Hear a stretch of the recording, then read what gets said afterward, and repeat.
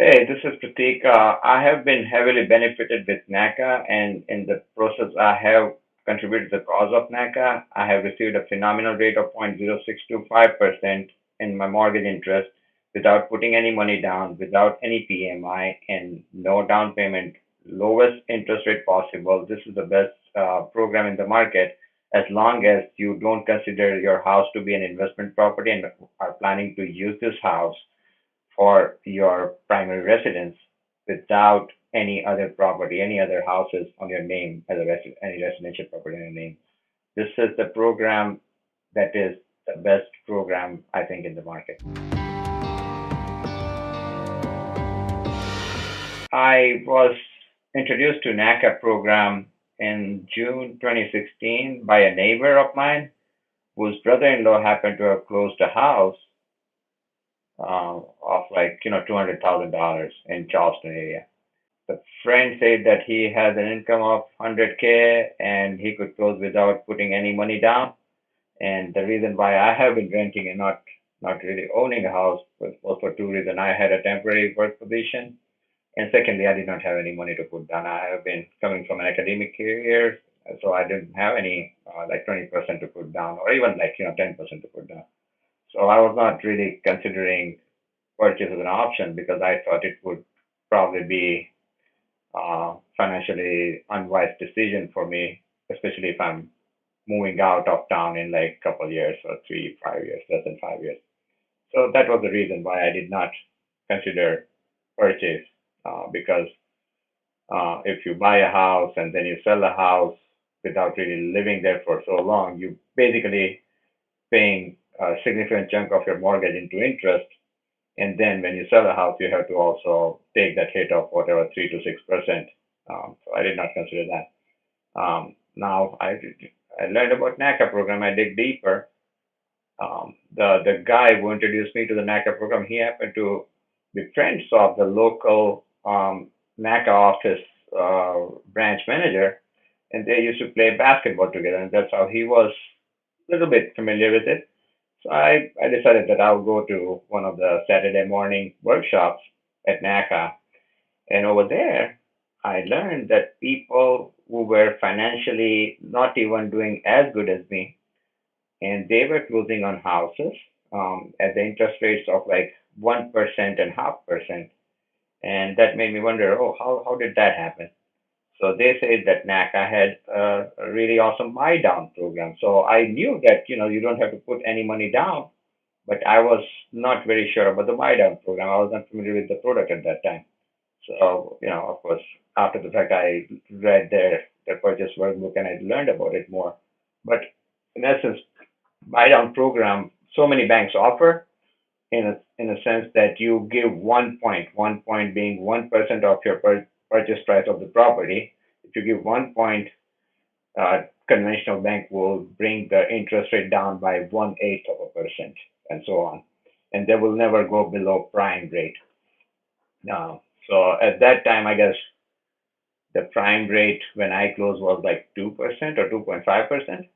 So there is no way any bank would want to go below 2.5% interest rate with the ongoing interest rate of like, for the 3.5. And we're talking about like almost 2.5 years ago.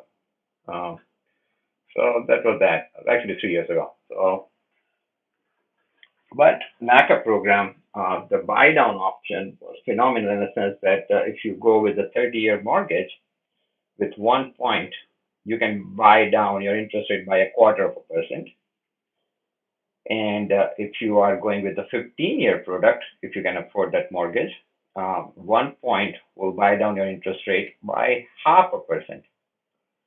So what it says is if your say current interest rate for 30-year mortgage product is 3.25%, if you give say 8 points, and I will go into details about how, but if you give like 8 points, for example, that will bring your interest rate down by 2%. So from 3.25 to 1.25. And say, for example, for 15-year mortgage, if your interest rate is say 2.5%, because that was the ongoing rate about that ballpark. If you put in 5 points, that is 0.5% interest rate down times five, that is 2.5%. So you, in principle, get almost like 0% interest rate loan. Now, of course, no bank will give like 0% loan. It's not very feasible. So the lowest that Bank of America was going was 0.125%, and the lowest the Citigroup was going was 0.0625%. Now, at the time of my closing, Bank of America was not the lender with NACA, and for like that particular window, it was Citibank.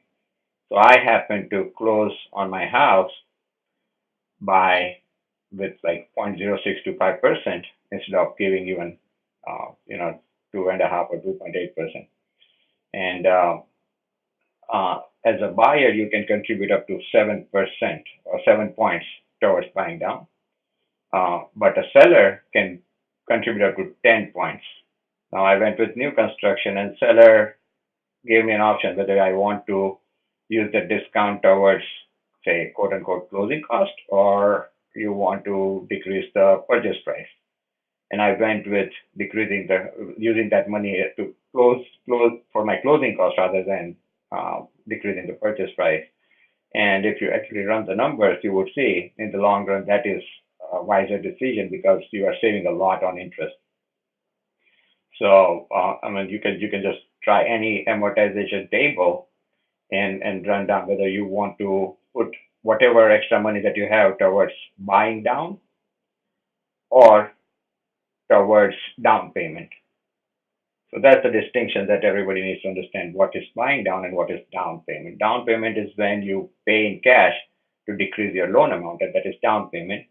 Buying down is the amount that you put in to decrease your interest rate.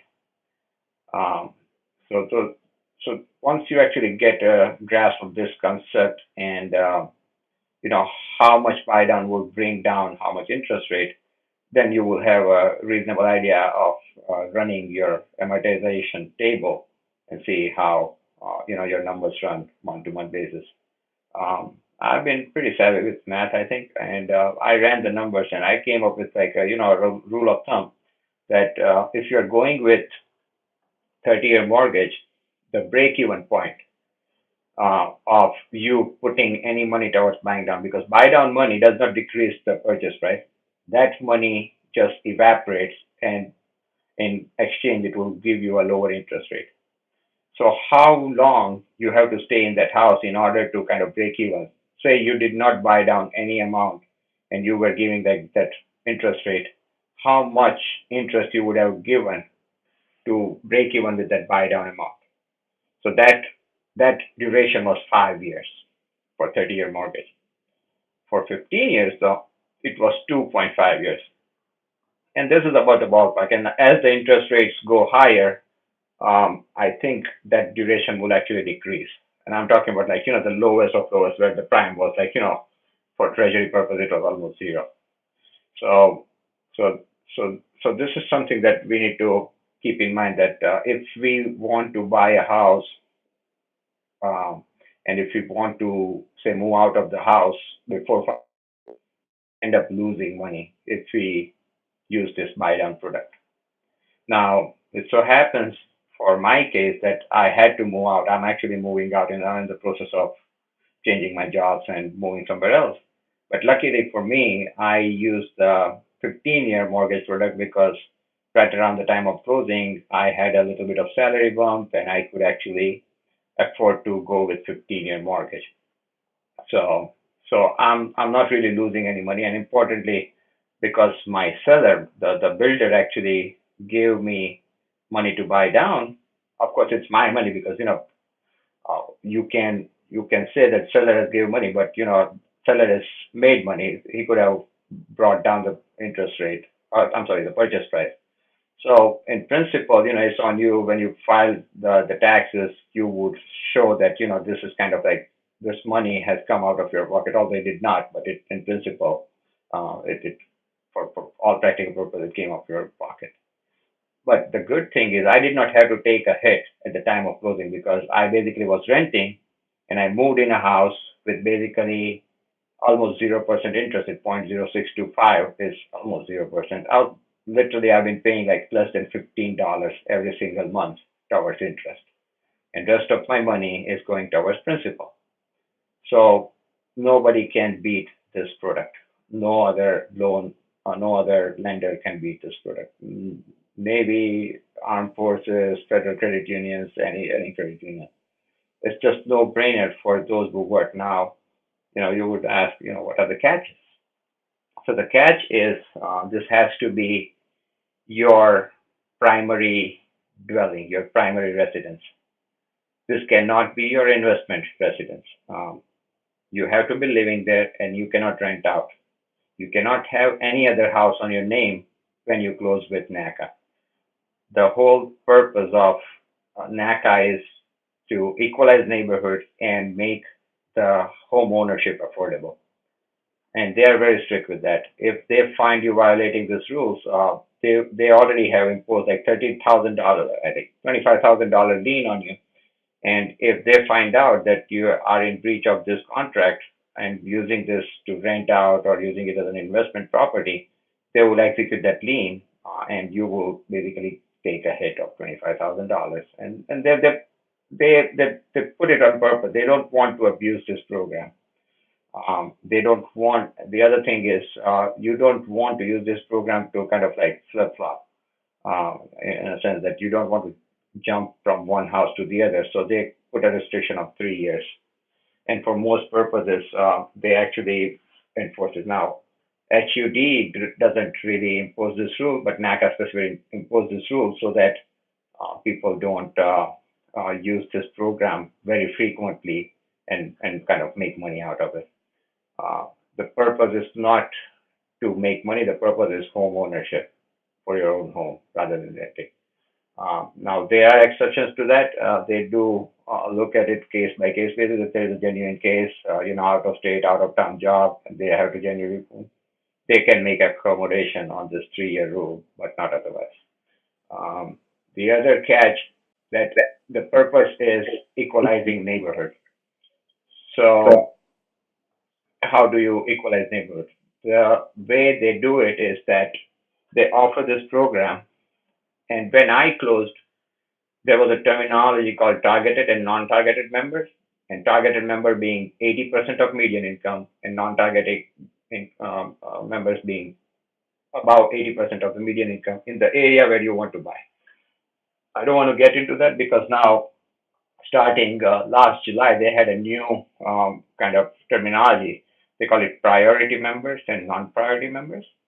So priority members are the members who have income that is below median income for the area where you want to buy. And non-priority members are the members who have income that is above the median income in the area you want to buy. Now, priority members or the members whose income is below median, they can buy anywhere. And the cap is basically 31% of their monthly salary.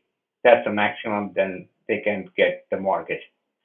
So you can squeeze in any amount as long as your mortgage amount is within 31% of your monthly income. Of course, you have to show that you have been saving and you can actually pay that mortgage. For non-priority, same thing applies, 31% of their monthly income, but they are restricted to the areas where the income of that, or specifically, the government term tract. The tract income needs to be below the median income of that MSA, and MSA being basically that metropolitan area, or if you want to like make some sort of analogy, you are living in a neighborhood. That neighborhood's income is below the median income of your town. Then, if you are a non-priority member, or if you are a member who has income above the median income, you can actually buy in that area, but not otherwise. So that's the new restriction that they have put. And then there is a cap. Whatever the numbers, Fannie Mae numbers that they publish every year, you cannot buy a house that is above that purchase price value. So basically, for those non-priority members or members who have income above median income, you cannot do jumbo loans basically with this. So I think the Fannie Mae single family house number is 488K, I believe, for majority of the United States. So you cannot buy a house which has purchase price value of 488 or higher. You can go below that. Now there are exceptions, like some, like say for example Bay Area, right, San Francisco Bay Area. So there, I don't know the exact number, but the purchase price you can go a little higher, tad higher. So same is the case for Hawaii and probably some places in Alaska also. I'm not pretty sure, but these are the exceptions. And you can look up at Fannie Mae and see what is purchase price that you can do with NACA. So I've seen some of the comments on my review that, oh, you are an NACA employee. No, I'm not. I'm an academician. I'm not a NACA employee. The reason for an academician's existence or purpose is to spread the truth, spread awareness of what is the real information. And by putting that review, it is actually kind of like serving a community with the truthful information. That was the purpose. And the other thing is some sort of like altruism as well, in a sense that if I could be benefited with the program, and it's a win-win situation. NACA wants to win by equalizing neighborhood, make housing affordable. I got benefited by being a homeowner without even putting in any down payment because I did not have anyone. So it helped me. It helped NACA's purpose, and so it's a very synergistic way to go about it. And so I want others to get benefited by that, and in the process, kind of contribute to the purpose of NACA. So that was the reason. And I have been super active with forums.naca.com. So I would highly encourage everybody who is looking at this video or looking at this reviews to actually go to that forum and look at the depth of information that they have. And I mean, I kind of relate to some of the consumer complaints that, NACA program is, a little slower but the thing is they're very meticulous. It is not a rocket mortgage. However, if you want to get the speed and efficiency better than Rocket Mortgage, NACA actually has achieved the dream events that they have started for like past like a year, I think, or little over a year. As we speak, actually, this week there is an Achieve the Dream event in Rochester, New York, I believe. And so anybody who wants to become a homeowner, they can put together all their documentation and actually go fly there. They see their counselor, see the underwriter in person, and can get qualified. And the next day, they can actually, if they qualify, they can actually go start looking for houses. So in principle, it is actually more efficient than Rocket Mortgage. However, if you go traditional route, this program is in high demand. I mean, they don't advertise, but it is going by word of mouth. I was told about NACA program. That's how I came to, know about this. I have been telling all my friends and family, whoever can take benefit of this program. So people actually go attend their Saturday morning workshops and wait in line for their mortgage counselor interviews. So the traditional route of going on the Saturday morning workshop and then getting the counselor appointment and get their finances in order, it can take anywhere between 4 to 12 months from you start the process to become a homeowner. And at every single step, if you kind of miss out on it, so they are very strict about, how your finances are doing. So month to month, if you are not saving enough money to demonstrate confidently that you will be able to pay your mortgage, they will kind of like restart the cycle and you would have to start over and start saving again. And they want to look at it like for at least 3 months, preferably 6 months, and for entrepreneurs or freelancers, maybe 1 to 2 years. So you have to have your finances in order. And if you are not financially savvy and responsible financially, then it would be really difficult for you to go through the program. And I think all the negativity that we see on websites like this consumer is from people who have not, and no offense, who have not done their homework to the extent that this rigorous program is required them of. No, I have not been paid by NACA for any of the advertisement. As a matter of fact, I have contributed with my time, which is it's like paying my time to NACA to spread the awareness. It's like, when I like a product, I advocate for it. I'm also a good advocate of green energy. So I advocate for solar panel. I advocate for electric vehicles. So the technologies and products that I find meaningful for everybody, I do spend my time and effort into it, and NACA is one of them.